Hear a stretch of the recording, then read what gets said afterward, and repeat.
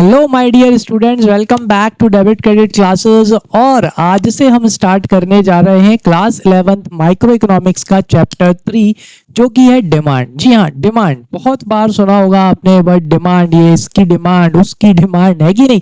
ये वर्ड बड़ा आपने सुना होगा, लेकिन इकोनॉमिक्स पॉइंट ऑफ व्यू से ये जो वर्ड है बहुत इंपॉर्टेंट है, जिसके वजह से पूरी इकोनॉमी चल रही है। जी हाँ, जो हम आप मैं सब लोग मिलके जो डिमांड करते हैं वही रीजन है जिसके वजह से ये इकोनॉमी क्या है इतने अच्छे से चल रही है। चलिए, तो अगर चैनल पे नए हो और अभी तक लाइक नहीं किया, सब्सक्राइब नहीं करा और बेल आइकन को प्रेस नहीं करा तो वो कर दो, और फिर अपन अब स्टार्ट करते हैं अपना चैप्टर 3। उससे पहले एक चीज मैं आपको इन्फॉर्म करना चाहता हूं कि जो क्लास 11th के माइक्रो इकोनॉमिक्स के जो शुरू के जो लेक्चर्स आए, chapter 1, chapter 2, chapter 3 and then chapter 4, actual में वो 2 ही चैप्टर हैं। उनके पार्ट्स कितने हो गए? मेरे से 4 हो गए, लेकिन अब से chapter 3 demand, then chapter 4 will come, then chapter 5 will come. ठीक है, चलो तो आज हम बात करेंगे एक बहुत ही इंपॉर्टेंट कॉन्सेप्ट की, या एक ही बहुत इंपॉर्टेंट वर्ड की, जो कि है डिमांड। क्या है भाई?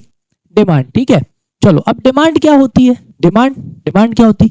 आप करते हो ना डिमांड, मेरे को मोबाइल चाहिए, है कि नहीं? मेरे को गाड़ी चाहिए, है ना? मेरे को कोचिंग जाने के लिए गाड़ी चाहिए। अब क्या जरूरत है? शुभम सर पढ़ा रहे, मत जाओ कोचिंग छुड़वा दूंगा अगर ढंग से पढ़ोगे तो, चलो आ जाओ, है ना? तो आप जो डिमांड करते हो, क्या उसे डिमांड बोला जा सकता है? सबसे पहली चीज, है कि नहीं? क्या आप जो डिमांड करते हो उसे डिमांड बोलना सही है क्या? Is that clear? है ना? या कुछ बच्चे बहुत कुछ चीजें डिमांड करते हैं पेरेंट्स से, क्या अपन उसे डिमांड बोल सकते हैं? सबसे पहला क्वेश्चन तो यही आ गया कि डिमांड है क्या? What do you mean by demand? जो भी हम मांग करते हैं क्या वो डिमांड होती है ना? सबसे पहला क्वेश्चन। सबसे पहले तो ये सोचना है, एक और चीज जो सबसे मोस्ट इंपॉर्टेंट है ना, जिसके बारे में शायद कोई बात ही नहीं करेगा, सीधा क्या चालू कर देंगे? चैप्टर चालू कर देंगे कि डिमांड क्या है, ये क्या है। अरे भाई, पढ़ना क्यों है?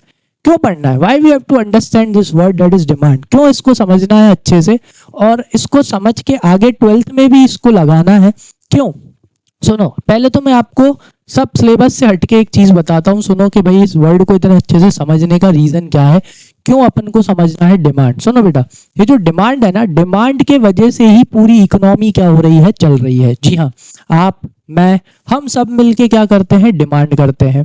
ठीक है, जब हम डिमांड करते हैं तो हम में से कुछ होते हैं जो इन गुड्स को, जो वो डिमांड कर रहे हैं, उन्हें वो खरीद सकें, कंज्यूम कर सकें।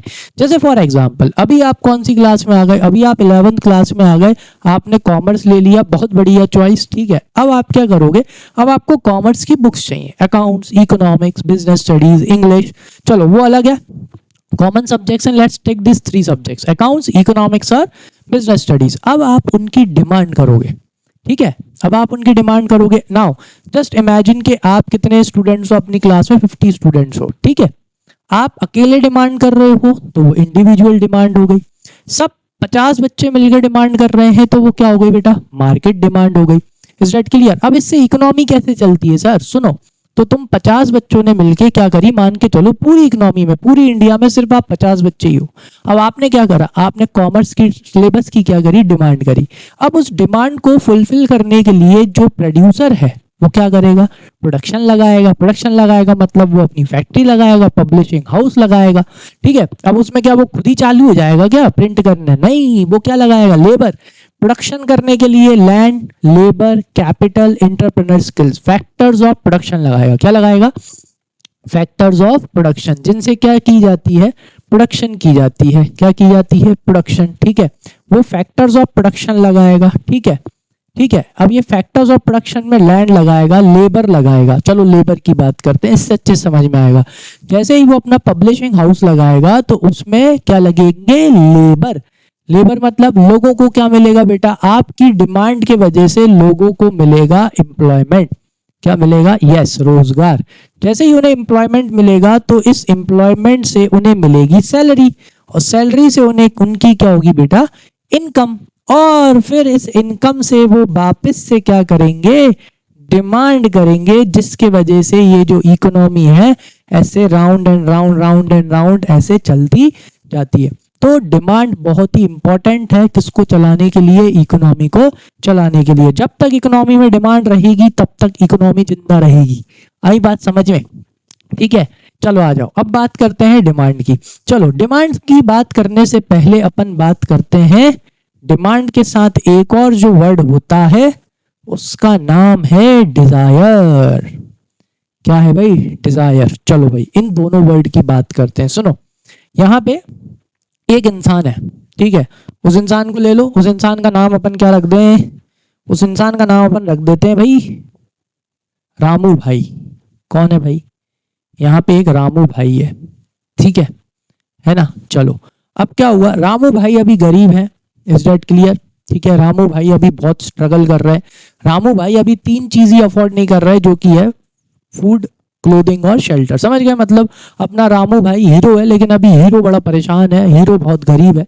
Is that clear? है ना। हीरो के पास खुद का घर भी नहीं है, ना गाड़ी है, ना कुछ है। समझ में आया? हीरो की इनकम है जीरो, कहीं नौकरी नहीं मिल रही, कुछ नहीं मिल रही। हीरो का नाम क्या है? अपना रामू भाई। ठीक है, अब रामू भाई को क्या हुआ, रामू भाई बैठे हुए हैं अपनी परेशानी में, सोचे जा रहे हैं कि कुछ हो जाए। फिर रामू के मन में ख्याल आया कि यार जब पैसा आ जाएगा बहुत बड़ा घर खरीदूंगा, बड़ी गाड़ी खरीदूंगा, है कि नहीं। चलो अब ये रामू भाई जो ये सोच रहे हैं, ये क्या है? ये रामू भाई की बेटा अभी क्या है? यस, ये रामू भाई की अभी डिजायर है। हाँ, ये वर्ड समझना है। ये रामू भाई की क्या है? डिजायर। क्यों है ये डिजायर? क्योंकि अभी रामू भाई सिर्फ सोच ही सकते हैं ख्याली पुलाव कि जब पैसे आ जाएंगे, मतलब रामू भाई इज विलिंग, रामू भाई की इच्छा है कि भाई उसके पास बड़ा घर हो, बड़ी गाड़ी हो, लेकिन क्या रामू भाई अभी खरीद सकते हैं? बिल्कुल नहीं खरीद सकते। रामू भाई अभी खरीद नहीं सकते, नॉट एबल टू बाय। क्यों? अभी रामू भाई गरीब हैं, रामू भाई के पास क्या नहीं है? पैसे नहीं है। तो समझ में आया? मतलब कि विलिंग, विल भी है, गुड्स भी खरीदना है, क्वांटिटी ऑफ गुड्स भी खरीदना है, लेकिन not able to buy. Ramu भाई अभी क्या नहीं कर सकते? रामू भाई अभी खरीद नहीं सकते। तो ये रामू भाई की क्या हो गई? यस, ये रामू भाई की अभी डिजायर है। क्या है? डिजायर। चलो तो डिमांड क्या होगी? सुनो, रामू भाई को कुछ काम मिला, रामू भाई ने काम कर लिया, रामू भाई के पास पैसे आए, रामू भाई ने कहा क्या करें। रामू भाई गए लॉटरी की दुकान पे, ठीक है, रामू भाई ने बढ़िया एक लॉटरी खरीदी 100 रुपए की। रामू भाई ने कहा जय सिया राम, देखी जाएगी, लग गई तो ठीक, नहीं तो। और भाई रामू भाई का क्या लग गया? लॉटरी लग गई। ठीक है, खुशी का माहौल, रामू भाई की 5 करोड़ की लॉटरी लग गई। कितने करोड़ की लॉटरी लग गई? 5 करोड़ की। अब क्या रामू भाई घर खरीद सकते हैं? बिल्कुल, 1 करोड़ का घर खरीद सकते हैं रामू भाई अब खड़े खड़े। क्या रामू भाई गाड़ी खरीद सकते हैं? अरे बिल्कुल, रामू भाई 50 लाख की गाड़ी खरीद सकते हैं अब तो खड़े खड़े। अब क्या हो गया? अब अगर रामू भाई बैठ के सोच रहे हैं कि चलो भाई अब तो घर लेंगे, चलो भाई अब तो गाड़ी लेंगे, अब क्या हो गई? यस, अब ये हो गई डिमांड। अब रामू भाई की ये क्या हो गई? डिमांड हो गई। समझ में आ गया? विच मीन्स नाउ रामू भाई क्या कर रहे हैं? रामू भाई अब क्या कर रहे हैं? क्वांटिटी को डिमांड कर रहे हैं, और वो विल कर रहे हैं, इच्छा भी कर रहे हैं, और उनके पास क्या है? अब पैसा भी आ गया है, मतलब एबल टू बाय भी हो गया है। और वो कैसे खरीद सकते हैं? 1-2 महीने के अंदर जो भी प्राइस होगी उस प्राइस में रामू भाई घर भी खरीद सकते हैं, उस रामू भाई गाड़ी भी खरीद सकते हैं, एबल टू बाय। तो बस अब ये क्या हो गई? यस, अब ये डिमांड हो गई। आई बात समझ में? डिमांड क्या होती है? चलो तो इस स्टोरी को अब जरा अपन थोड़ा सा अपनी बुकिश लैंग्वेज में पढ़ते हैं। तो क्या होती है बेटा डिमांड? चलो आ जाओ, डिमांड क्या होती है जरा देखो यहाँ पे।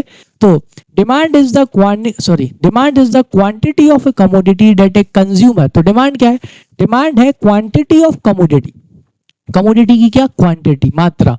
ठीक है, जो कि एक कंज्यूमर क्या करना चाहता है? खरीदना चाहता है। क्या करना चाहता है? खरीदना चाहता है, मतलब willing and able to buy. मतलब एक तो वो पहले तो उसे इच्छा करनी पड़ेगी ना किसी चीज की खरीदने की, तो विल करेगा, तो willing and able to buy. और वो क्या होना चाहिए? एबल मतलब उसके अंदर एबिलिटी होना चाहिए। रामू भाई के पास पहले पैसे नहीं थे, तो रामू भाई के पहले एबल थे? बिल्कुल नहीं थे, मतलब अभी उनकी डिजायर थी। रामू भाई की लॉटरी लग गई, अब रामू भाई क्या है? बिल्कुल है able to buy at each possible prices during given period of time. उस गिवन पीरियड ऑफ टाइम में 1 महीने के अंदर, 2 महीने के अंदर, रामू भाई को जब भी घर खरीदना है 2-3 महीने के अंदर गिवन पॉसिबल प्राइस में रामू भाई क्या कर सकते हैं? घर खरीद सकते हैं, गाड़ी खरीद सकते हैं at a period of time. तो वो क्या हो गई उनकी, यस डिमांड हो गई। समझ में आ गई बात की नहीं? अगर इसमें से एक भी चीज आप उड़ा दो, विलिंगनेस उड़ा दो तो भी डिमांड नहीं है, एबल हटा दो तो भी डिमांड नहीं है, ठीक है? आ गई बात समझ में कि नहीं आई? तो क्या हो गई बेटा, डिमांड क्या हो गया? तो demand is the quantity of a commodity that a consumer is willing and able to buy at each possible prices during a given period of time. यानी कि उस गिवन पीरियड ऑफ टाइम में जो भी उस कमोडिटी की क्या रहेगी, प्राइजेस रहेगी, उस प्राइजेस में क्या कर सकता है वो कंज्यूमर, उस कमोडिटी को खरीद सकता है, तो वो उसकी क्या हो गई, डिमांड हो गई। ठीक है, आ जाओ। सो जो डेफिनेशन है डिमांड की वो 4 एलिमेंट हाईलाइट करती है, जिसमें सबसे पहला तो क्या हो गया बेटा, क्वांटिटी ऑफ द कमोडिटी की, वो क्या खरीदना चाहता है, क्वांटिटी खरीदना चाहता है कमोडिटी की। क्या विलिंगनेस होनी चाहिए, अंदर से इच्छा होनी चाहिए उस चीज को खरीदने की। Price of the commodity, very important thing, is that clear? अगर आप किसी चीज की डिमांड कर रहे हो, उसकी प्राइस बड़ी इंपॉर्टेंट है, क्योंकि देखो बेटा इकोनॉमी 3 लोगों में बटी हुई है, रिच क्लास, मिडिल क्लास और poor class. Is that clear? आप मिडिल क्लास कैटेगरी से बिलोंग करते हो, अगर आप एक 5 लाख 10 लाख की गाड़ी खरीदने का आप सोच रहे हो तो that can be a demand. Is that clear? But you belong to a middle class family and you are thinking of purchasing car worth rupees 2.5 crore, 3 crore, 4 crore, तो then it will be your desire. Is that clear? तो demand में एक और चीज क्या होनी चाहिए बेटा, प्राइस ऑफ द कमोडिटी। क्या होनी चाहिए? हाँ, price of the commodity is very important for the demand. और क्या है, पीरियड ऑफ टाइम। क्या होता है पीरियड ऑफ टाइम? भाई बारिश कब हो रही है, अभी हो रही है ना, तो रेनकोट कब खरीदोगे, अभी खरीदोगे। तुम बारिश में अभी हो रही है तो रेनकोट तुम अभी खरीदोगे, तुम अभी स्वेटर तो खरीदोगे नहीं। Is that clear? समझ में? Period of time is also very important. तुम अभी खरीद लोगे सिलेबस, तुम क्या दिसंबर का इंतजार करोगे क्या सिलेबस खरीदने का? नहीं करोगे ना। So period of time is very very important also. Is that clear? तो डेफिनेशन में, डिमांड की डेफिनेशन में, एक तो quantity of commodity is very important, willingness इच्छा, प्राइस ऑफ द कमोडिटी वो भी बहुत जरूरी है भाई, और चौथा क्या है, पीरियड ऑफ टाइम। चलो आ जाओ अब। So demand for a commodity may be either with respect to an individual और द एंटायर मार्केट। मैंने क्या बताया, अगर आप एक अकेले को, अगर आपको क्या चाहिए, कॉमर्स का कोर्स चाहिए, तो वो आपके लिए क्या है बेटा, इंडिविजुअल डिमांड है। और वहीं पे ऑल द कंज्यूमर्स, ठीक है, उन्हें भी चाहिए, तो वो कौन सी डिमांड हो गई, मार्केट डिमांड हो गई। आ जाओ, तो ये हो गई आपकी इंडिविजुअल डिमांड। ये नीचे लिखा है बढ़िया, सॉरी क्या लिखा है इंडिविजुअल डिमांड में? So individual demand refers to the quantity of a commodity that a consumer is willing, that uh, क्या बस यहाँ पे आ, that a consumer is willing and able to buy, मतलब वो विल कर रहा है, और एबल मतलब वो क्या कर सकता है, उस कमोडिटी को खरीद सकता है। एबिलिटी है भाई, पैसा है उसके पास। At each possible prices, at each possible prices during a given period of time. Is that clear?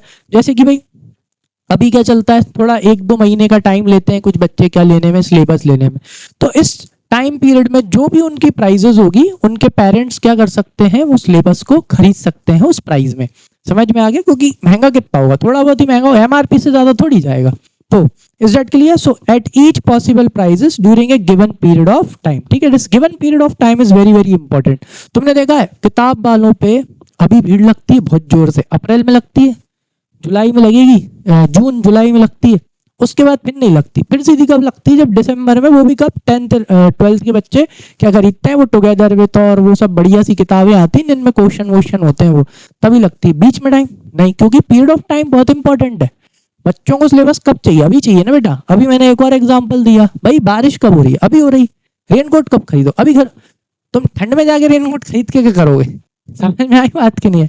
तो given period of time is very important. Is that clear? चलो नेक्स्ट, सेकंड, मार्केट डिमांड क्या होती है? Market demand refers to the quantity of a commodity that all consumer, बस यहाँ पे वहां a consumer, यहाँ क्या हुआ, all consumer, all consumers are willing, सारे कंज्यूमर क्या कर रहे हैं बेटा, बिल कर रहे हैं, and able to buy at each possible prices, यानी उस गिवन पीरियड ऑफ टाइम में उस कमोडिटी की जो भी पॉसिबल प्राइस रहेगी, उसमें वो उस कमोडिटी को क्या कर सकते हैं, खरीद सकते हैं during a given period of time. समझ में आ गया? क्लियर? चलो अब अपन बात करेंगे डिटर्मिनेंट्स ऑफ डिमांड के बारे में, और वो भी कौन से, individual demand. Determinants of demand का मतलब किन किन चीजों के ऊपर अपनी डिमांड टिकी होती है, क्या किन किन चीजों के ऊपर अपनी डिमांड टिकी होती है। चलो एक सिंपल सा एग्जांपल लेते हैं। तुम कपड़े खरीदने गए, क्या खरीदने गए, कपड़े खरीदने गए, ठीक है। जब तुम कपड़े खरीदने जाते हो तो तुम्हारी डिमांड उन कपड़ों के लिए किन किन चीजों के ऊपर टिकी हुई थी, देखो ये देखो, price of the given commodity, कि उसकी प्राइस क्या है। अगर उसकी प्राइस तुम्हें लगता है कि हाँ भाई ये मैं खरीद सकता हूँ, इसकी प्राइस एकदम सही है, और अगर उसकी प्राइस बहुत ज्यादा होती है तो फिर तुम उसकी क्या नहीं करते, तुम उसकी डिमांड नहीं करते। क्या प्राइस ऑफ रिलेटेड गुड्स, कि उसके साथ में जो पैंट शर्ट या जो भी आ रहा है, या उसका जो सब्स्टिट्यूट आ रहा है शर्ट टी शर्ट, वो क्या है, उसके ऊपर तुम्हारी डिमांड टिकती है। ठीक है, अपन इसमें आएंगे। ठीक है, अभी बस ऊपरी ऊपरी बात कर रहे हैं। ठीक है, सॉरी इसको भी छोड़ दो। इनकम ऑफ द कंज्यूमर, तुम्हारी इनकम के ऊपर डिपेंड करता है भैया, ब्रांडेड शोरूम में जाओगे कि कहाँ जाओगे, समझ में आया कि नहीं, कितना क्या खरीदोगे, तुम्हारे टेस्ट और प्रेफरेंस के ऊपर डिपेंड करता है तुम्हारी उसकी डिमांड की। ठीक है, और expectation of change in price in the future, कि भाई फ्यूचर में क्या हो सकता है, कितना क्या चेंज आ सकता है। चलो आ जाओ, तो एक एक करके बात करते हैं। तो बेटा सबसे पहले तो तुम्हारी डिमांड किसके ऊपर टिकी होती है, प्राइस ऑफ द कमोडिटी के ऊपर टिकी होती है। समझ में आया। कुछ लोग क्या करते हैं, प्राइस से उनकी डिमांड चलती है, कुछ क्या ऑलमोस्ट सभी लोगों की क्या चलती है, खासतौर से ऐसी इकोनॉमी जहां पर बेटा मिडिल क्लास और पुअर क्लास लोग ज्यादा हैं, तो वहां पे क्या चलता है, price is very important factor और डिटर्मिनेंट ऑफ डिमांड। कैसे, मैं बताता हूँ, आप अपनी इकोनॉमी में देख लेना। अच्छा एक एग्जाम्पल बताता हूँ, तुम्हारे शहर में जैसे ही सेल लगती है, क्या लगती है, सेल, कपड़ों की सेल आई भाई, ब्रांडेड कपड़ों की सेल आ गई, वहां पे देखना भीड़ कैसी लगती, दबा के भीड़ लगती। क्यों लगती दबा के भीड़, रीजन क्या होता है, यस प्राइस कम डिमांड ज्यादा, है कि नहीं। मोस्टली आपने देखा होगा गर्ल्स वियर, वुमेन्स वियर पे बढ़िया जैसे ही ऑफर आता है उस पे वो सेल देते हैं, दबा के भयंकर बहुत जोर से भीड़ लगती है। क्यों लगती है, ये रीजन है, प्राइस कम डिमांड ज्यादा। अच्छा अपने शहर के ना ब्रांडेड शोरूम देखना, ब्रांडेड शोरूम जैसे वुडलैंड हो गया, है ना, पीटर इंग्लैंड हो गया, मैं तो कह रहा हूँ अंदर भी मत जाना, बस 10 मिनट बाहर खड़े होकर देख लेना वहां कितनी भीड़ है। वहां कैसी भीड़ होती है, बिल्कुल कम होती है। क्या होती है, कम होती है। रीजन, प्राइस ज्यादा demand come. Is that clear. हमारा रिलैक्सो है, संडे को क्या देता है वो, संडे को बढ़िया वो देता है क्या बोलते हैं 50% ऑफ। अब मंडे से लेकर सैटरडे देखो, वहां मुश्किल से एक आध कस्टमर दिख जाए, लेकिन सैटरडे को सॉरी संडे को, अगर उनने उस संडे को क्या लगा दी, 50% ऑफ लगा दी, तो क्या होता है, भयंकर भीड़ मिलती है उधर। ठीक है, क्यों, क्योंकि अब प्राइस क्या हो गई, कम हो गई, तो डिमांड कैसी हो गई, ज्यादा हो गई। ऊपर से किसका माल मिल रहा है, ब्रांडेड माल मिल रहा है भाई, रिलैक्सो बढ़िया कंपनी है। समझ में आई चीज कि नहीं आई।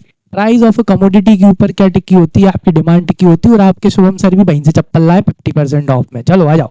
तो given price of the commodity, it is most important factor affecting the demand for a given commodity. Generally there exists a inverse relationship between the price and the quantity demanded. Inverse का मतलब होता है बेटा उल्टी relationship होती है। जब भी किसी कमोडिटी की प्राइस क्या हो जाती है, बढ़ जाती है ना, तो अपन उसकी डिमांड क्या कर देते हैं, कम कर देते हैं। समझ में आया। जब भी किसी कमोडिटी की क्या हो जाती है, डिमांड सॉरी प्राइस क्या हो जाती है, बढ़ जाती है, तो अपन उसकी क्वांटिटी कैसी खरीदने लगते हैं, कम खरीदने लगते हैं। ठीक है ना। और कभी कभी क्या होता है, कभी कभी उसकी प्राइस क्या हो जाती है, कम हो जाती है, तो अपन उसे कैसा खरीदने लगते हैं, ज्यादा खरीदने लगते हैं। जैसे एज ए स्टूडेंट एक एग्जांपल के तौर पे बताता हूँ, भगवान करे ऐसा ना हो, नहीं पता पड़े जीएसटी लगा दें उसके ऊपर भी और ज्यादा। चलो सुनो, जैसे फॉर एग्जाम्पल आपके जो पेन आते हैं, क्या आते हैं, पेन।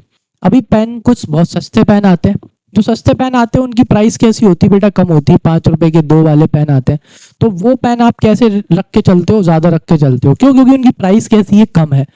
ठीक है, तो उनकी डिमांड कैसी होती है, ज्यादा होती है। मोस्टली आपको सबके पास में वही वाले पेन देखने को आपको मिलेंगे। ठीक है। अच्छा अब मैं बात कर रहा हूँ पार्कर के पेन। किसके पेन, पार्कर का पेन कितने का था मालूम है, 350 रुपए का पेन आएगा, 350 400 रुपए का पेन। अब उसकी प्राइस कैसी है, ज्यादा, तो उसकी डिमांड कैसी है, कम। ये होती है inverse relationship. Is that clear. मतलब उल्टा, मतलब कि दोनों में उल्टी रिलेशनशिप होती है। जैसे फॉर एग्जाम्पल कि अगर प्राइस इंक्रीज होगी तो डिमांड क्या हो जाएगी बेटा, डिक्रीज हो जाएगी। और अगर प्राइस क्या होगी बेटा, प्राइस अगर डिक्रीज होगी तो डिमांड क्या हो जाएगी, इंक्रीज हो जाएगी। समझ में आ गया, क्लियर है। This is inverse relationship. It means as the price increases quantity demanded falls. जैसे ही प्राइस बढ़ती है तो उसकी क्वांटिटी डिमांडेड क्या हो जाती है बेटा, कम हो जाती है, due to the decrease in the satisfaction level of the consumer. क्योंकि कंज्यूमर की सेटिस्फेक्शन लेवल क्या हो जाती है बेटा, कम हो जाती है। क्योंकि उसे जब वो उस प्राइस पे मिल रहा था ना, तब कंज्यूमर बढ़िया सेटिस्फाई हो रहा था।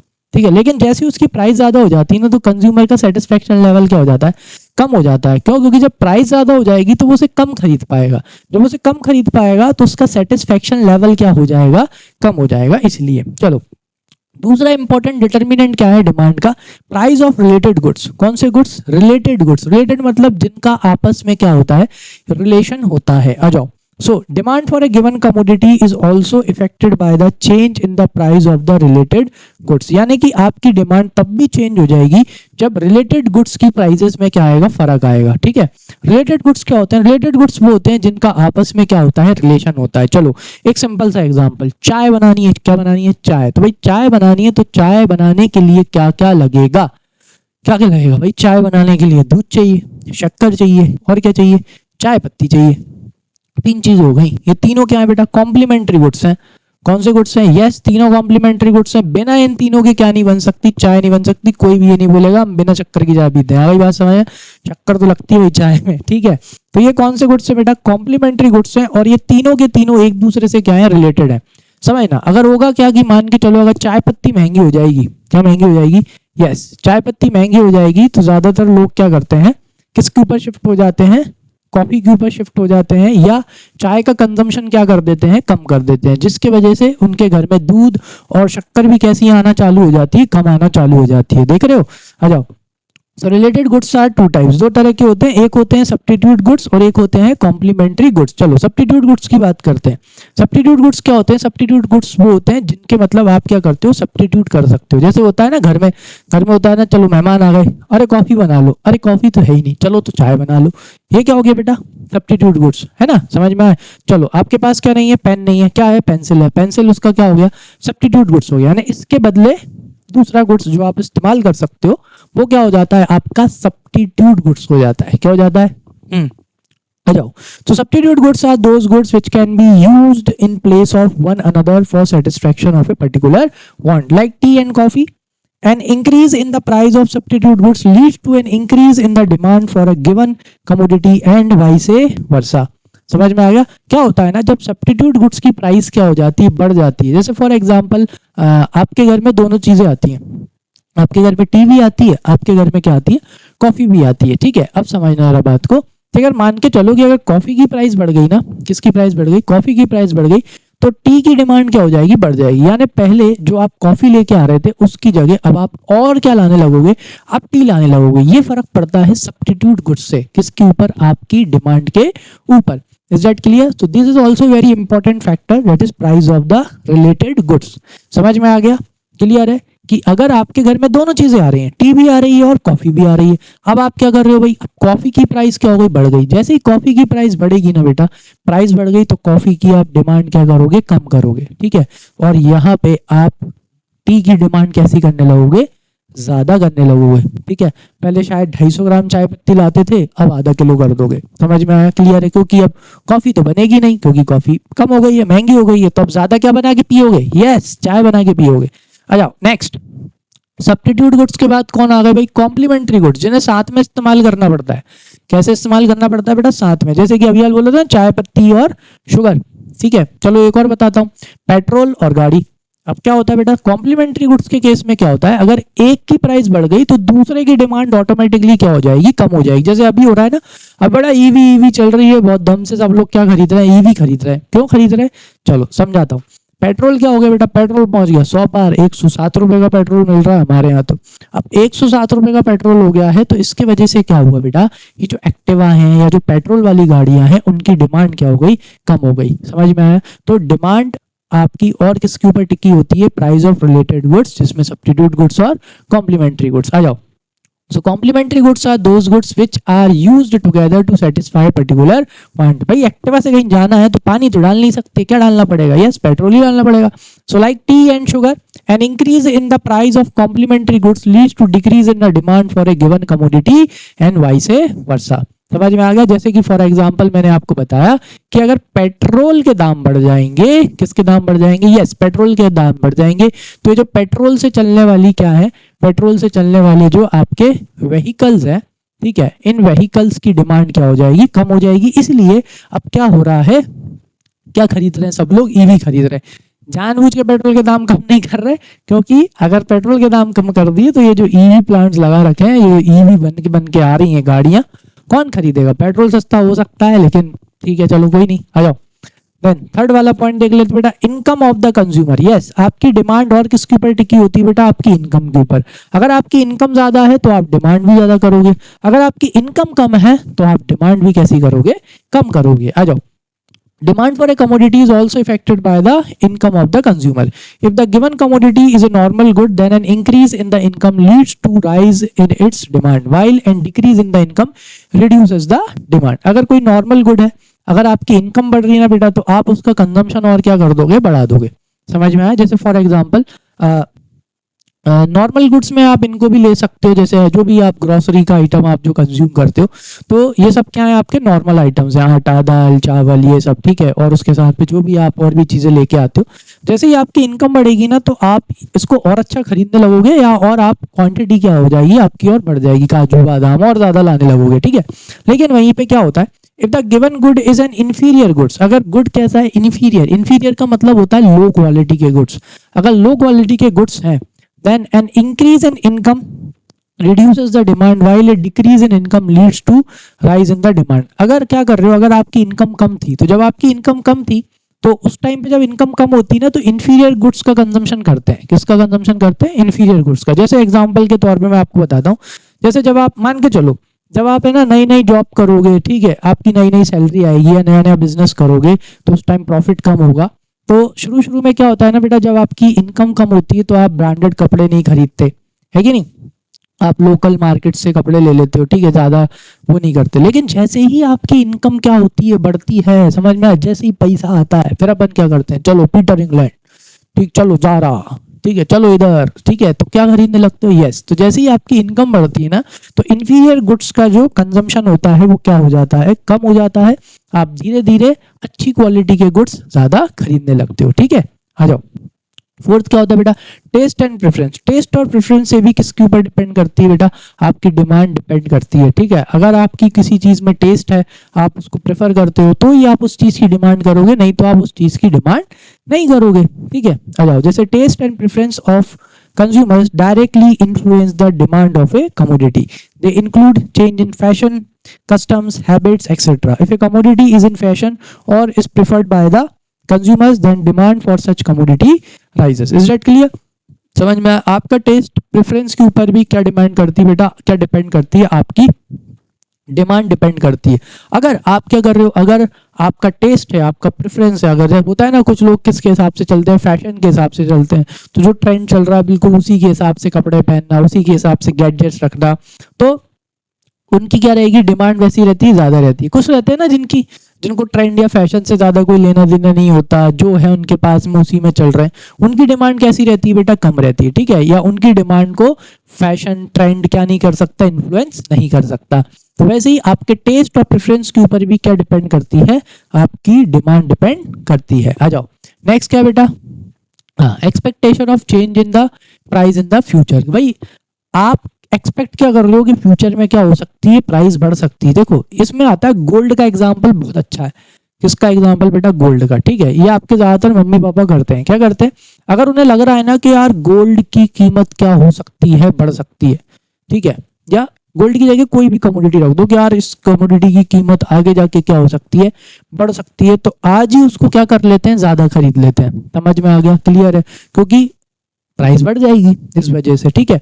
और अगर उन्हें लगता है ना कि इस कमोडिटी, कोई भी कमोडिटी ले लो, कि यार इसकी प्राइस ना अभी और कम होगी, क्या होगी, गोल्ड ही ले लो, कभी कभी उन्हें लगता है कि नहीं अभी गोल्ड की प्राइस ज्यादा है, अब आगे जाके इसकी क्या होगी, कम होगी, तो अभी नहीं खरीदेंगे, तो उसकी डिमांड को वो क्या कर देते हैं, पोस्टपोन कर देते हैं। समझ में आया? ये होता है expectation of change in the price in the future. If the price of a certain commodity is expected to increase in near future, then people will buy more of that commodity than what they normally buy. Is that clear? जब उन्हें लगेगा ना कि अरे यार इसकी demand क्या होगी, इसकी प्राइस क्या होगी और ज्यादा बढ़ जाएगी, तो वो अभी के टाइम पे क्या कर लेते हैं, उसे ज्यादा खरीद लेते हैं। समझ में आ गया, क्लियर है? और अगर उनको लगता है तो there exist direct relationship between expectation of change in price in the future and change in demand in the current period. तो यहाँ पे कैसी रिलेशनशिप हुई बेटा, डायरेक्ट रिलेशनशिप हो गई। उन्हें क्या लग रहा है कि फ्यूचर में इसकी प्राइस क्या होगी, बढ़ेगी, तो आज उसे क्या खरीद लेते हैं, ज्यादा खरीद लेते हैं। समझ में आ गया, क्लियर है। और अगर उन्हें ऐसा लगता है ना कि फ्यूचर में इसकी प्राइस क्या हो जाएगी, कम हो जाएगी, तो फिर वो अभी नहीं खरीदेंगे। वो कब खरीदेंगे, जब मतलब they will postpone their demand, जब उसकी प्राइस कम होगी तब खरीदेंगे। समझ में आ गया। तो आपकी डिमांड और किसके ऊपर टिकी होती है, expectation of change in the price in the future. समझ में आया अच्छे से, आई होप अच्छे से समझ में आया होगा। तो ये 5 बड़े इंपॉर्टेंट फैक्टर होते हैं, ठीक है। इंपॉर्टेंट क्वेश्चन भी है कि भाई डिटर्मिनेंट्स ऑफ इंडिविजुअल डिमांड, कि भाई price of the given commodity, price of related goods, income of the consumer, taste and preferences, expectation of change in price in the future. चलो अब अपन बात करेंगे किसके बारे में, अब अपन बात करने वाले हैं बेटा, इधर आ जाओ भाई, हाँ। अब अपन बात करेंगे change in quantity demanded versus change in demand. चलो आ जाओ। So change in quantity demanded क्या होता है, क्या लिखा है, चेंज इन क्वांटिटी डिमांडेड क्या होता है, जरा देखना। Whenever the demand for a given commodity changes due to change in its own price, then such change is demand is known as change in quantity demanded. समझ में आ गया। याद रखना क्वांटिटी, क्वांटिटी का रिलेशन होता है प्राइस से, ठीक है। ऐसे करके इसको याद रखना, क्वांटिटी, क्वांटिटी का रिलेशन कैसे होता है, प्राइस से। तो चेंज इन क्वांटिटी डिमांडेड यानी कि जब किसी कमोडिटी की डिमांड चेंज होती है, किसकी वजह से, उसकी खुद की प्राइस में चेंज होने की वजह से, उसे बोलते हैं चेंज इन क्वांटिटी डिमांडेड। यहाँ पे क्या होता है बेटा, एक्सटेंशन भी होता है और कॉन्ट्रैक्शन भी होता है। चलो आगे बढ़ेंगे, है ना। तो क्या हो गया बेटा, change in quantity demanded whenever demand for a given commodity किसकी वजह से चेंज होती है, उसकी खुद की प्राइस की वजह से। किसकी वजह से, उसकी खुद की प्राइस। जैसे पेट्रोल का एग्जांपल लेते हैं, पेट्रोल पहले 70-80 रुपए था, तो कितने लोग होंगे टंकी फुल करा के घूमते होंगे। समझ में आ गया। लेकिन अब पेट्रोल की प्राइस क्या हो गई, बढ़ गई, तो अब क्या वो टंकी फुल करा रहे होंगे, बिल्कुल नहीं करा रहे होंगे, हाफ करा रहे होंगे, या हमेशा 200-300 रुपए का डलवा रहे होंगे। तो यहाँ पे क्या हुआ, यस, उसकी खुद की प्राइस की वजह से काय में चेंज आया, चेंज इन क्वांटिटी डिमांडेड। उसे क्या बोलेंगे, चेंज इन क्वांटिटी डिमांडेड। आ जाओ, चेंज इन डिमांड। अब चेंज इन क्वांटिटी डिमांडेड में क्या आ गई, प्राइस। तो चेंज इन डिमांड में क्या आएगी, प्राइस को छोड़ के, किसको छोड़ के, प्राइस को छोड़ के बाकी जितनी भी चीजें हैं, income of the consumer, price of related goods, वो टेस्ट एंड प्रेफरेंस हो गया, ठीक है। और एक और था ना अपना expectation of the change in the, ठीक है। तो उनको लेके, मतलब सिर्फ प्राइस को छोड़ दो, उसकी प्राइस को छोड़ के जितने भी फैक्टर्स हैं उनके वजह से अगर उस कमोडिटी की डिमांड में क्या आ रहा है, चेंज आ रहा है, तो उसे बोलते हैं चेंज इन डिमांड। प्राइस को साइड में रख दिया। So whenever demand for a given commodity changes due to factors other than price, price को छोड़ के जितने भी अदर फैक्टर्स हैं, then such change in demand is known as change in demand. उसे क्या बोला जाता है, चेंज इन डिमांड बोला जाता है। तो याद रखने का तरीका, change in quantity demanded, quantity का रिलेशन किससे होता है बेटा, प्राइस से। समझ में आ गया, समझ में आ गया। क्वांटिटी का रिलेशन किससे होता है, प्राइस से। ऐसे याद रखना कि मतलब अगर किसी भी कमोडिटी की उसकी खुद की प्राइस की वजह से अगर उसकी डिमांड बढ़ती है या कम होती है, वो होता है चेंज इन क्वांटिटी डिमांडेड। तो चेंज इन डिमांड, क्वांटिटी है या नहीं है, चेंज इन डिमांड यानी कि प्राइस को छोड़ के, किसको छोड़ के, उसकी प्राइस को छोड़ के बाकी अदर फैक्टर्स, जितने भी अदर फैक्टर्स हैं, income of the consumer, price of related goods, taste and preference of the consumer, expected change in the future prices, इनसे अगर उसकी क्या हो रही है बेटा, हाँ, उसकी डिमांड में चेंज आ रहा है, तो उसे बोलते हैं चेंज इन डिमांड। ठीक है, चलो आगे चलते हैं।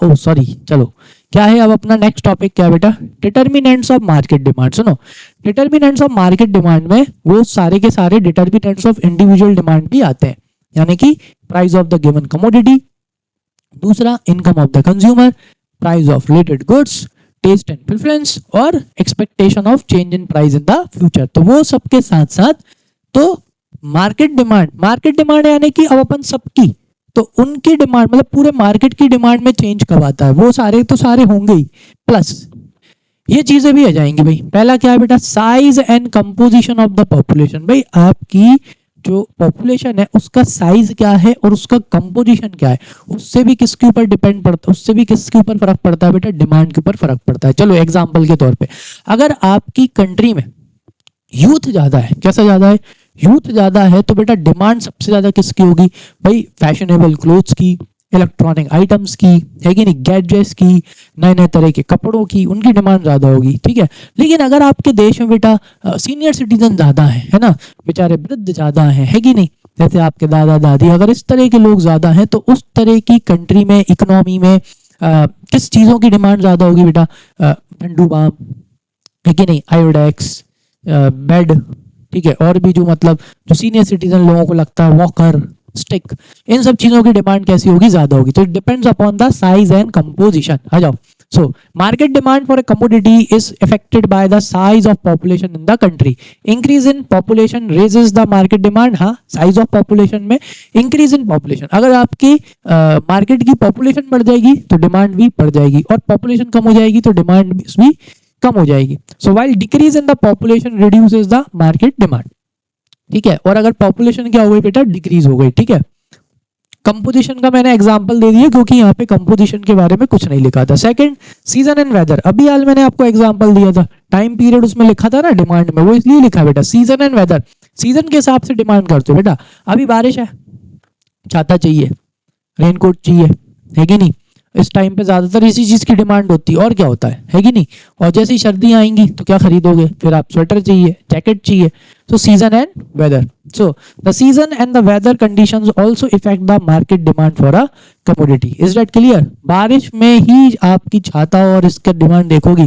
आप क्या बोलते हैं, ठंडों के टाइम पे नहीं जाओगे बेटा छाता खरीदने या रेनकोट खरीदने, ठीक है। आ जाओ। थर्ड क्या है बेटा? Distribution of income. हाँ भाई, डिस्ट्रीब्यूशन ऑफ इनकम बहुत इंपॉर्टेंट है, किसकी? मार्केट डिमांड की। समझ में आया?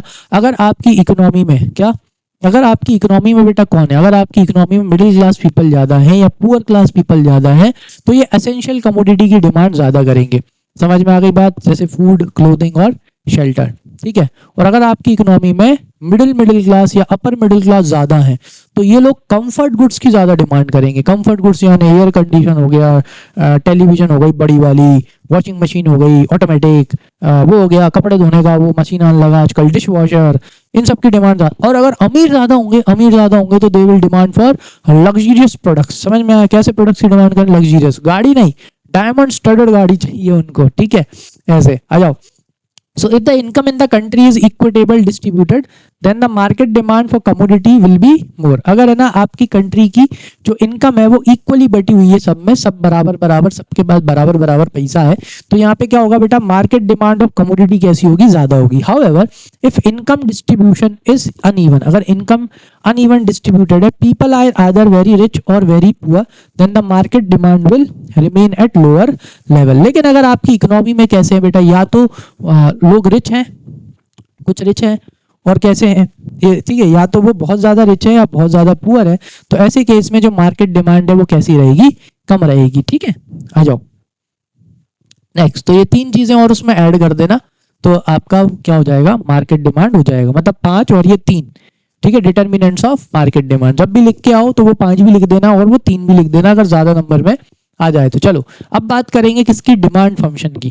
किसकी बात करेंगे?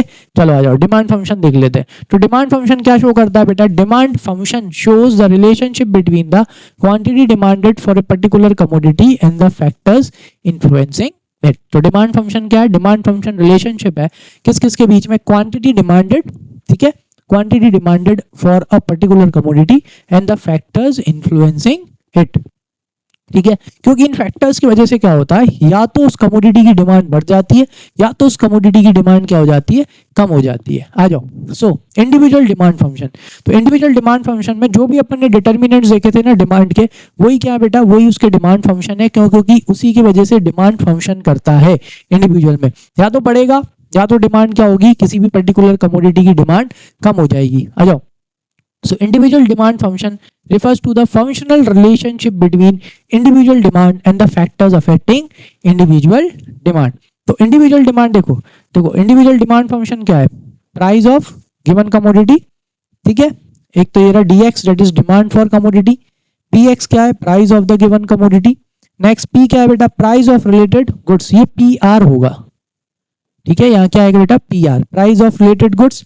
देन पी क्या, वाई क्या है बेटा? इनकम ऑफ द कंज्यूमर होती है, टी क्या है? टेस्ट एंड प्रेफरेंस, और ये क्या है? Expectation of change in the price in the future. तो this is demand function. The reason is, ये क्यों डिमांड फंक्शन है, क्योंकि इन्हीं के ऊपर क्या टिकी हुई है, इंडिविजुअल डिमांड टिकी हुई है। अगर इनमें चेंज आएगा तो इंडिविजुअल डिमांड फंक्शन मतलब जो वो फंक्शन करेगा या तो ऊपर जाएगा या तो नीचे चला जाएगा। समझ में आया? इसलिए डिमांड इसी के ऊपर टिकी हुई है, या तो डिमांड बढ़ जाएगी या तो डिमांड कम हो जाएगी। बस वैसे ही आपका क्या आ गया, मार्केट डिमांड फंक्शन। तो मार्केट डिमांड फंक्शन में वो सारी चीजें प्लस वो तीन चीजें, size and composition of population आ जाएगा, then equitable distribution of income आ जाएगा, और एक और पॉइंट था ना, सीजन एंड वेदर। आ जाओ। So market demand function refers to the functional relationship between market demand and the factors affecting the market demand. तो मार्केट डिमांड फंक्शन क्या है, इट्स ए फंक्शनल रिलेशनशिप किस किस के बीच में, मार्केट डिमांड के बीच में, और जो भी फैक्टर्स है जो मार्केट डिमांड को क्या कर रहे हैं बेटा, इफेक्ट कर रहे हैं। क्योंकि उन फैक्टर्स की वजह से मार्केट की डिमांड या तो बढ़ सकती है या तो क्या हो सकती है, कम हो सकती है। आ जाओ। So market demand function can be expressed as, ठीक है वही है, ये demand for commodity X, price of given commodity, price of related goods, वो सारी चीजें आ गई यहाँ पे जो इंडिविजुअल में है। फिर उसके बाद में ये तीनों चीजें और आ गई, size and composition of the population, season and weather and distribution of income. इनके वजह से डिमांड पे क्या पड़ता है बेटा, इफेक्ट पड़ता है, डिमांड इन्फ्लुएंस होती है। चलो अब पढ़ेंगे क्या, डिमांड शेड्यूल। क्या पढ़ेंगे, आ जाओ। डिमांड शेड्यूल क्या होता है बेटा, so demand schedule is a tabular statement. देखो डिमांड शेड्यूल, शेड्यूल का मतलब यहाँ पे होता है टेबल। क्या होता है, ये होता है भाई टेबल। ये क्या शो करता है, ये शो करता है कि at different level of prices एक कंज्यूमर कितनी कितनी क्वांटिटी डिमांड करता है, ठीक है वही लिखा है देखो। तो demand schedule is a tabular statement showing various quantity of a commodity being demanded at various level of prices during a given period of time. It shows the relationship between price of the commodity and its quantity demanded. आई बात समझ में? तो demand क्या है, demand schedule क्या है, demand schedule is a tabular presentation. वो क्या है, एक टेबुलर प्रेजेंटेशन है जिसमें ये शो किया जाता है कि भाई अलग अलग प्राइजेस पे, किस पे, अलग अलग प्राइजेस पे कंज्यूमर एक कमोडिटी की कितनी कितनी क्वांटिटी क्या करता है, डिमांड करता है। और this shows relationship between price and the quantity demanded. और ये क्या शो करता है, ये टेबुलर प्रेजेंटेशन शो करता है प्राइस और क्वांटिटी डिमांड के बीच की रिलेशनशिप। क्या शो करता है, रिलेशनशिप। देखो इधर यहाँ पे आओ भाई, प्राइस कितनी है 5, क्वांटिटी कितनी डिमांड हो रही है 1, जैसे ही प्राइस कितनी हो गई 4, क्वांटिटी डिमांड कितनी हो गई 2, जैसे ही प्राइस कितनी हुई 3, क्वांटिटी डिमांड कितनी हुई 3, जैसे ही प्राइस हुई 2, क्वांटिटी डिमांड कितनी हुई 4, जैसे ही प्राइस हुई 1, क्वांटिटी डिमांडेड कितनी हो गई 5। समझ में आया, मतलब कि लॉ ऑफ डिमांड। चलो ठीक है, लॉ ऑफ डिमांड पढ़ेंगे आगे। चलो अभी इतना समझ लो कि क्या हो रहा है बेटा, यहाँ पे जैसे जैसे प्राइस क्या होती जाए कम, जैसे जैसे प्राइस कम होती जाती है, क्या होती जाती है बेटा, अपनी डिमांड बढ़ती जाती है। ये देखो समझ में आ गया, क्लियर है। सो what is individual demand schedule? Individual demand schedule refers to a tabular statement showing various quantity of a commodity that a consumer is willing to buy at various level of prices during a given period of time. समझ में आ गया? तो individual demand schedule I think समझ में आ गया होगा कि इंडिविजुअल डिमांड शेड्यूल क्या है। ये एक टेबुलर स्टेटमेंट है जो क्या शो करता है, वेरियस क्वांटिटीज ऑफ कमोडिटीज, ठीक है, that a consumer is willing and able to buy at different level of prices, ठीक है, during a given period of time. ठीक है, चलो अब चलते हैं नेक्स्ट उस पे। नेक्स्ट अपना क्या है बेटा, मार्केट डिमांड शेड्यूल। क्या दिखाएगा, वहां पे क्या था बेटा, ए कंज्यूमर, यहाँ पे क्या है, all the consumers that are willing to buy at different level of prices at a given period of time. आ जाओ, तो मार्केट डिमांड शेड्यूल क्या है, मार्केट डिमांड शेड्यूल भी क्या है, रिफर्स टू टेबुलर स्टेटमेंट। ये भी क्या है, टेबुलर स्टेटमेंट है जो क्या शो करता है, वेरियस क्वांटिटीज ऑफ कमोडिटीज। क्या शो करता है, various quantities of commodities that all the consumers. अब यहाँ पे अपन ज्यादा तो ले नहीं सकते थे, इसलिए यहाँ पे मार्केट को दिखाने के लिए 2 हाउस होल्ड ले लिए। That all the consumers are willing to buy, यानी वो इच्छा कर रहे हैं, और दूसरा क्या, एबल टू बाय, और वो क्या कर सकते हैं, बाय कर सकते हैं at various level of prices during a given period of time. तो वो क्या हो जाता है, अपना मार्केट डिमांड शेड्यूल हो जाता है। मतलब मार्केट डिमांड शेड्यूल क्या शो करता है, मार्केट डिमांड शेड्यूल वो शो करता है various quantities of commodities, various quantity of commodity that all consumer, कितने consumer, all consumers are willing to buy and able to buy, जो विल कर रहे हैं और बाय करेंगे डिफरेंट लेवल ऑफ प्राइसेस पे, जैसे कि इस टेबल में दे रखा है। देखो, तो जब अपनी प्राइस कितनी थी 5, जब अपनी प्राइस कितनी थी बेटा 5 थी, तब देखो हाउस होल्ड ए कितनी यूनिट कंज्यूम कर रहा है 1, और हाउस होल्ड बी कितनी कंज्यूम कर रहा है या परचेज कर रहा है 2। जब 4 हो गई तो household A 2, household B 3। जब 3 हो गई तो 3, ये कितना 4। जब 2 हो गई तो ये 4 और ये कितना 5। और जब 1 हो गई तो ये 5 और ये कितना 6। Is that clear? Why? Because क्योंकि बेटा मार्केट है, मार्केट में आपको 3 तरह के लोग मिलेंगे, रिच क्लास, मिडिल क्लास और लोअर क्लास। समझ में आया? क्लियर है? तो अब यहाँ पे क्या हो गया, तो इनका सम अप करके क्या मिल जाता है अपने को, मार्केट डिमांड मिल जाती है। देखो 1 + 2 ये कैसे आया, 3 कैसे आया, 1 + 2 ये 2 + 3 और ये 3 + 4 ऐसे करके। समझ में आ गया? तो ये आपका क्या था बेटा, मार्केट डिमांड शेड्यूल। समझ में आया? तो मार्केट डिमांड शेड्यूल क्या है, मार्केट डिमांड शेड्यूल भी क्या है, टेबुलर स्टेटमेंट है जो क्या शो करता है, जो शो करता है various quantity of a commodity that all consumer, market में क्या आ जाएंगे, all consumers are willing to buy and able to buy at different level of prices. कौन से लेवल ऑफ प्राइसेस पे, डिफरेंट लेवल ऑफ प्राइसेस पे at a during a given period of time. तो ये हो गया अपना। चलो अब कर्व क्या होता है बेटा, कर्व कुछ नहीं है, ठीक है, जो आपका अभी अपन ने क्या पढ़ा, अपन ने जो डिमांड शेड्यूल पढ़ा, बस उसी डिमांड शेड्यूल को या उस डिमांड के टेबल को जब आप काय पे रिप्रेजेंट कर देते हो बेटा ग्राफ पे, तो वो क्या हो जाता है, कर्व हो जाता है। तो वैसे ही आपका जो आपका डिमांड कर्व है, demand curve is a graphical representation. Demand curve क्या है, डिमांड कर्व क्या है बेटा, ग्राफिकल रिप्रेजेंटेशन है किसका, डिमांड शेड्यूल का। It is a locus of all the point showing various quantities of commodity that a consumer is willing to buy at various level of prices during a given period of time assuming no change in the other factors। ठीक है, तो जैसे कि मैंने ये एक demand curve यहाँ पे बना रखा है, तो ये डिमांड कर्व क्या है बेटा, demand curve shows all the locus points. क्या है ये, all the locus points. Is that clear? That a consumer is willing to buy, जो कि कंज्यूमर क्या कर रहा है बेटा, willing to buy at different level of prices.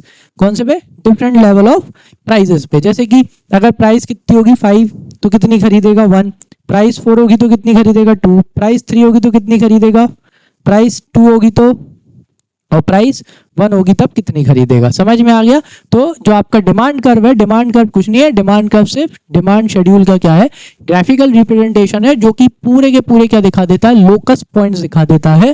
ठीक है, all the locus point showing कि भाई various quantity of commodity that a consumer is willing to buy, that a consumer is willing to buy और able to buy at a various level of prices during a given period of time assuming no change in other factors। कि भाई जो बाकी factors हैं price को छोड़ के, किसको छोड़ के, प्राइस को छोड़ के जितने भी बाकी फैक्टर्स हैं, बाकी फैक्टर्स यानी कि income of the consumer, price of related goods और क्या बोलते हैं फ्यूचर एक्सपेक्टेशन। ठीक है, तो इन सब से रिलेटेड जितने भी सारे फैक्टर्स हैं उनको छोड़ के, ठीक है, सिर्फ प्राइस में चेंज होना चाहिए। अब डिमांड कर्व भी कितने तरह के होते हैं बेटा, 2 तरह के, डिमांड इंडिविजुअल डिमांड कर्व और एक क्या होता है, मार्केट डिमांड कर्व। तो जो अपना इंडिविजुअल डिमांड कर्व होता है, तो individual demand curve individual demand schedule का क्या है, ग्राफिकल रिप्रेजेंटेशन है। आ जाओ देखते हैं। So individual demand curve क्या है, individual demand curve refers to graphical representation of individual demand schedule। तो जो आपका individual demand schedule होता है, यानी कि जो आपका individual demand table होता है, उस टेबल का बस आप क्या कर देते हो, graphical representation कर देते हो। मतलब ये क्या है, individual demand curve is shows all the locus points। ठीक है, वो भी क्या शो करता है, सारे के सारे locus point शो करता है, various quantities of commodity that a consumer is willing to buy or able to buy। ठीक है, at a different level of prices during a given period of time। ये शो करता है आपका क्या, individual demand curve. इसके बाद वही आ जाएगा आपका मार्केट डिमांड कर्व। क्या जाएगा बेटा, मार्केट डिमांड कर्व। तो मार्केट डिमांड कर्व क्या है, मार्केट डिमांड कर्व भी ग्राफिकल रिप्रेजेंटेशन है किसका, मार्केट डिमांड शेड्यूल का। देख ले रहे हैं यहाँ पे। So market demand curve refers to graphical representation of market demand schedule. It is obtained by horizontal summation of individual demand curve. तो जो अपना इंडिविजुअल डिमांड कर्व होता है, उस इंडिविजुअल डिमांड कर्व का अपन क्या कर देते हैं बेटा, समेशन क्या कर देते हैं, उसको ऐड कर देते हैं, तो अपने को क्या मिल जाता है, अपने को मार्केट डिमांड शेड्यूल मिल जाता है। तो मार्केट डिमांड शेड्यूल भी क्या शो करता है, market demand schedule also shows all the locus points. वो भी क्या बताता है, all the locus point that a quantity demanded by the all the consumers. कौन से consumers, all the consumers at different level of prices that are willing to buy at different level of prices पे। समझ में आ गया, clear है, that a consumers are willing and able to buy at different level of prices during a particular period of time. समझ में आ गया, क्लियर है। तो ये अपना क्या हो जाता है, मार्केट डिमांड कर्व। यहाँ पे ऑल द कंज्यूमर्स आ जाते हैं, क्या जाते हैं, all the consumers willing and able to buy. समझ में आया, क्लियर हो गया, ठीक है। तो आई होप यहाँ तक आज इतना काफी है, ठीक है। आगे के टॉपिक्स अपन कब कवर करेंगे, नेक्स्ट क्लास में कवर करेंगे, ठीक है। चलो, तो अभी अब समझ में आया हो तो लाइक कर दो, सब्सक्राइब कर दो और बेल आइकन को प्रेस कर दो। और कोई भी डाउट हो तो कमेंट सेक्शन में क्या करके जाना, मेंशन करके जाना, वो मैं आपको नेक्स्ट पार्ट में इंक्लूड करके उसे और अच्छे से समझा दूंगा, ठीक है। चलो, तो मिलते हैं नेक्स्ट पार्ट में। Thank you.